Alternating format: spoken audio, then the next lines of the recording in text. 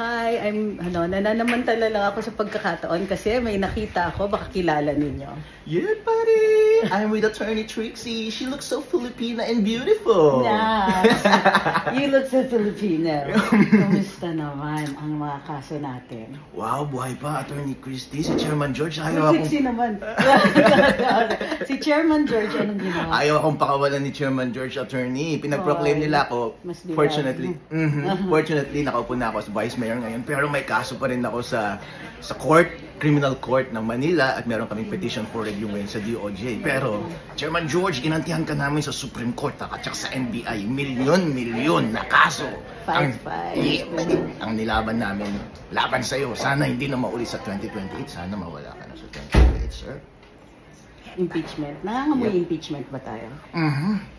Baka meron tayong gustong kausapin na member of Congress niyan para i-endorse yung impeachment natin. Kapag meron, ako mismo magsusulat ng ating impeachment articles.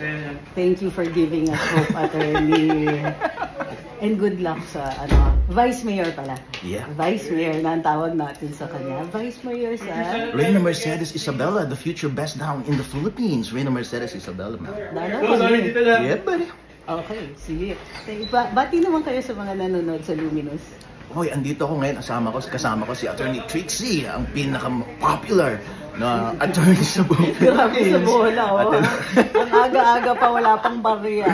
At hello po sa inyong lahat. At supportahan po natin ang show ni Attorney at bantayan natin ang buong Pilipinas para lahat ng kalokohan sa ating bansa hindi na maulit. Thank you very much, Attorney. Thank you, Attorney.